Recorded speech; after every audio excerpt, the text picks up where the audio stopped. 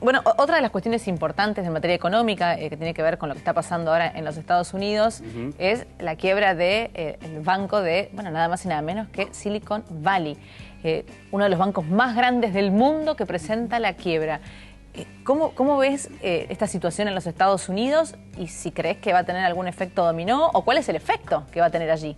Sí, primero, bueno, este banco es aquel que apalanca o que presta específicamente a las startups, al sector tecnológico, sectores, digamos, que tienen crecimiento muy grande en el mundo y repercusión en otras compañías y empresas. Entonces, obviamente que este sector se va a ver afectado por esto.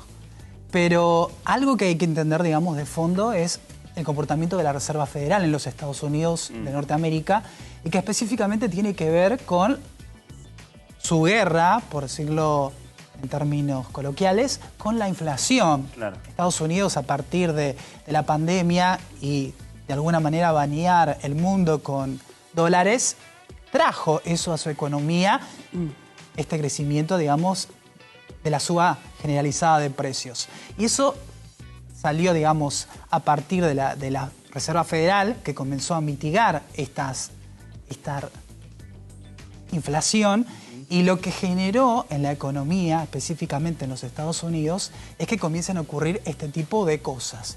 Por ejemplo, bancos donde comienzan a tener, a ofrecer, mejor dicho, tasas por debajo de lo que ofrecen títulos más seguros, como los que puede ofrecer el Tesoro en Estados Unidos. Pero si tuviéramos que explicar el motivo o los motivos, ¿no? Porque por ahí hay varios motivos por los cuales el banco llega a la quiebra. Bueno, llega a la quiebra básicamente por esto, porque los depositantes, al tener, digamos, otras alternativas de inversión más seguras y que ofrecen más rentabilidad... Sacan el dinero.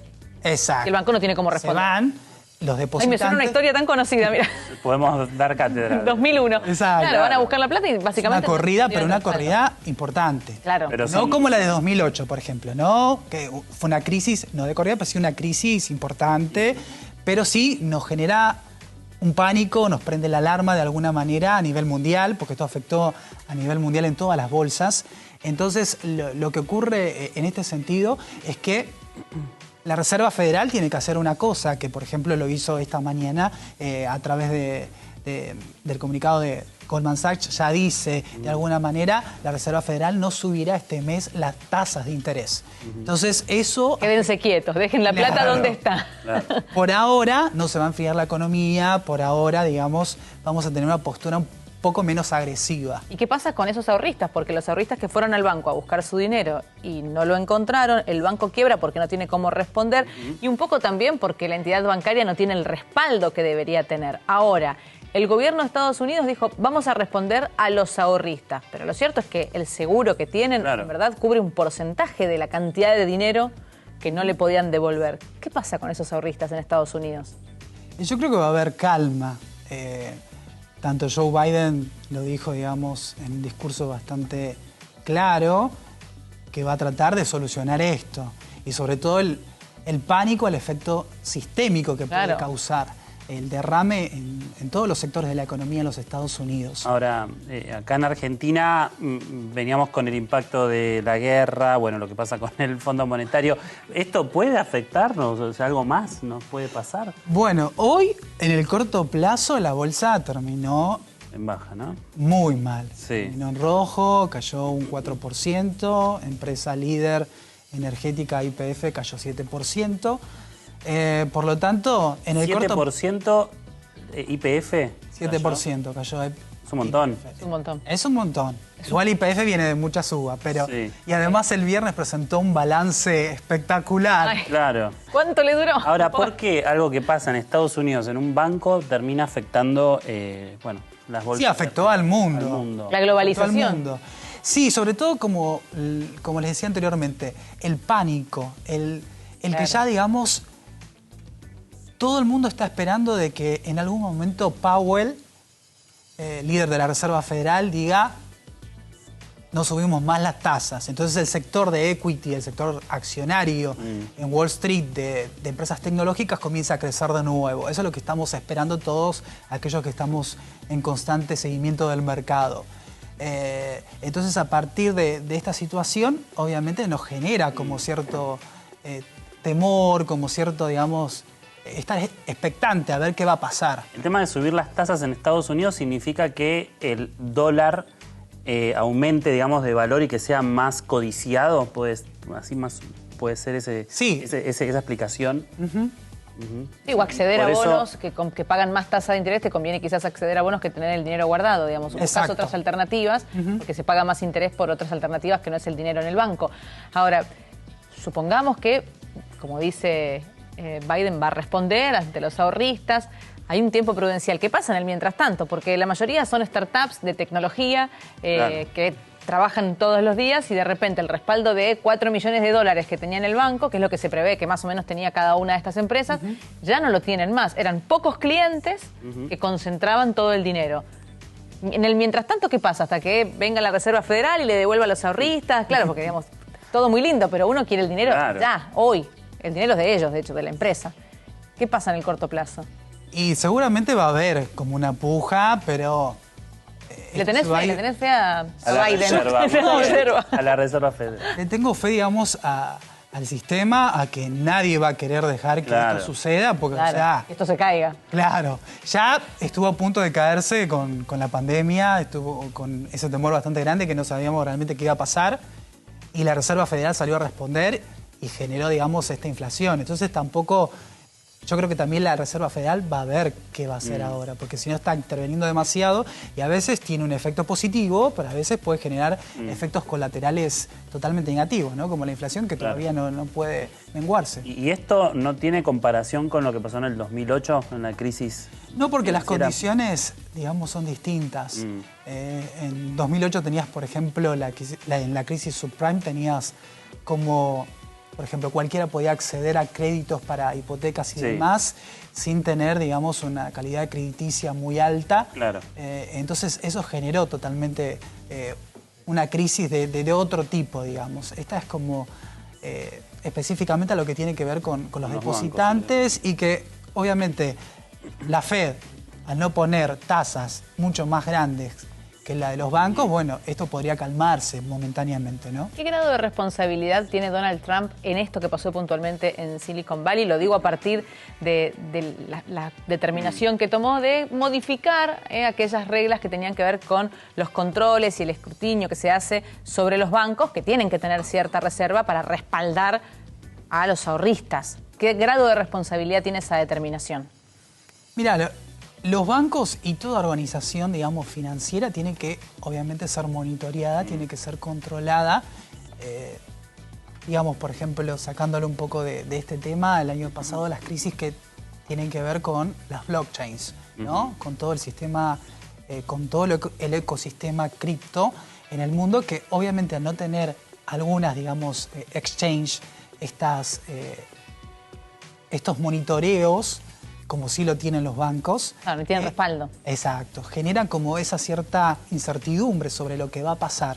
Entonces, obviamente que yo creo que todos aquellos, digamos, que tienen depositado tanto personas físicas como jurídicas en bancos, digamos, su dinero y que apuestan a una entidad financiera, lo hacen desde el sentido de tener que estar bien monitoreado, ¿no? Claro. No puede salir con cualquier ocurrencia o no Claro. pueden ocurrir estas cosas. Una organización seria lo tiene que prever de alguna manera y poder solucionarlo. Tiene que estar a la altura de las circunstancias. ¿Puede haber alguna consecuencia ahora en la economía interna de Estados Unidos? Porque vemos que están creando un montón de empleos, de puestos de trabajo, está bajando la inflación. Digo, ¿puede haber un impacto en ese sentido negativo allí en Estados Unidos? Negativo, sí, seguramente, si esto se profundiza, si eso se agudiza mucho más. Claro. Hoy lo que veíamos en la bolsa norteamericana, que los índices estaban todos en verde, o sea que eso de alguna manera, y sobre todo lo que les comentaba anteriormente, el que no se subirían las tasas de interés, genera un efecto positivo Claro. en las compañías de alto crecimiento e innovación. Entonces, que son las que más generan también puestos de trabajo y que estuvieron despidiendo el año pasado Mucha a gente. miles de personas, como, no sé, las más representativas, Google, Facebook, líderes, digamos, como Mark Zuckerberg, etcétera, tuvieron que salir a decir, bueno, tenemos que despedir gente, ¿no? Entonces, creo que de alguna manera eso se va a ir modificando este año. Pero bueno, tenemos como este golpe que otra vez vuelve a hacer tambalear, ¿no? La economía norteamericana y por ende la mundial. La mundial, por supuesto. Un mismo fenómeno, la misma explicación, digo, inflación en Argentina, inflación en Estados Unidos, más allá de los porcentajes, ¿no? Porque allá se asustan cuando tienen anual lo que nosotros tenemos mensual. Les podemos dar cátedra, pero ¿mismos motivos? Principalmente tiene que ver lo que mencionábamos anteriormente. La respuesta de la Fed fue muy, pero muy agresiva. Por ejemplo, a través, digamos, de financiamiento y expansión monetaria en lo que fue en 2008, se compara con que ahora hizo lo que anteriormente había hecho en 3 años. Wow. Entonces, o sea, fue como demasiada artillería para lo que aconteció en realidad y que obviamente el sector de empresas tecnológicas tuvo una respuesta inmediata de los inversores positiva, o sea, crecieron como nunca antes. Entonces, de alguna manera, la respuesta tal vez tendría que haber sido mucho más moderada y mucho más viendo lo que iba sucediendo. Cuando decís respuesta, ¿te referís a qué accionar puntual de la Reserva? A todo el tipo, digamos, de compra de ciertos instrumentos que de alguna manera ponían mucho más dólares, ¿no? En la economía. Entonces se fue inflando, como le ocurre acá también. La emisión monetaria. Exacto. Emitiendo, entonces, para poder acceder a estos instrumentos financieros y de esta manera se generó esta ola inflacionaria que todavía no puede calmarse. Pero que yo tengo fe y seguramente por cómo van actuando y cómo se va respaldando, porque por ejemplo lo que sucede acá cuando se suben o elevan las tasas, digamos, no tiene una respuesta muy inmediata, asertiva, ¿no? En cambio allá cuando habla Powell y dice se suben las tasas es como... Claro. Y todo esto, según tu visión y de acuerdo al accionar que están tomando los organismos allá de Estados Unidos, ¿no iría en detrimento de la imagen política de Biden? Quizás, bueno, ahí ya nos metemos en otro ámbito, ¿no? Político. Exacto. Claro. Sí, la verdad yo no te podría decir en qué estado se encuentra la imagen de Biden ahora. Sé que obviamente no es Trump, ni tampoco es Obama, ¿entendés? Por decirlo en esos términos comparativos. La verdad es que no te podría decirlo, sí como mi apreciación personal, digamos que no tiene un super carisma ni un liderazgo, digamos, muy notorio y que pasaron ciertas cosas, digamos, como que lo fueron erosionando un poquito, ¿no? Claro. En lo que tiene que ver con su poder político. Exacto. En relación ya aquí a nuestro país, obviamente que uno de los temas que más preocupa al ciudadano de pie, ¿no? Aquel que trabaja todos los días, que se levanta, que cobra su sueldo y que va perdiendo poder adquisitivo todo el tiempo, es bueno, la inflación, ¿no? Ir al supermercado todos los meses y encontrar precios distintos. Ya sé que no tenemos recetas mágicas, porque si no ya estarían implementadas, pero ¿se puede? ¿Cómo se hace para bajar este nivel de inflación en la República Argentina, Adrián? Bueno, seguramente controlando un poco el gasto público. De alguna manera yo creo que la emisión es clara, o sea, debe controlarse. Es una receta que, como decíamos antes, no tiene que venir el FMI a decirnos controlen un poco la emisión monetaria ni tampoco el gasto que están haciendo, sino que realmente nosotros deberíamos tenerlo inculcado en nuestro proceder, en nuestro accionar, el poder de alguna manera tener un gasto que sea acorde a lo que generamos. Entonces, a partir de esto, lo que vamos a generar es poder siempre estar más o menos al día con nuestros propios gastos. Si podemos de alguna manera responder con lo que nosotros mismos generamos o eventualmente tener alguna necesidad de crédito, pero tal vez para crecer, no para estar, digamos, solventando nuestros gastos corrientes. Claro, pues sería fantástico. Por favor. Vamos por más. Claro. Tenemos países como Japón, países con mucha deuda, pero son países que utilizan, digamos, ese crédito para poder crecer. Sí, para obra pública. Exacto. Claro. Adrián, muchas gracias por venir aquí a los estudios de La Voz de la Ciudad, tercera edición, para explicarnos un poquito lo que está pasando con Estados Unidos y también con este acuerdo con el fondo. Y vamos a seguir molestándote seguramente. Cuando quieran, ha sido un placer. Muchísimas gracias. Un placer. Ambos mucho más lindos. Muchas gracias. Qué divino, me encantó. Grande. Nos vamos a invitarlo más seguido. Sí, claro, me encantó. Nos vamos a un corte. Breve, por cierto. Dale, ya venimos.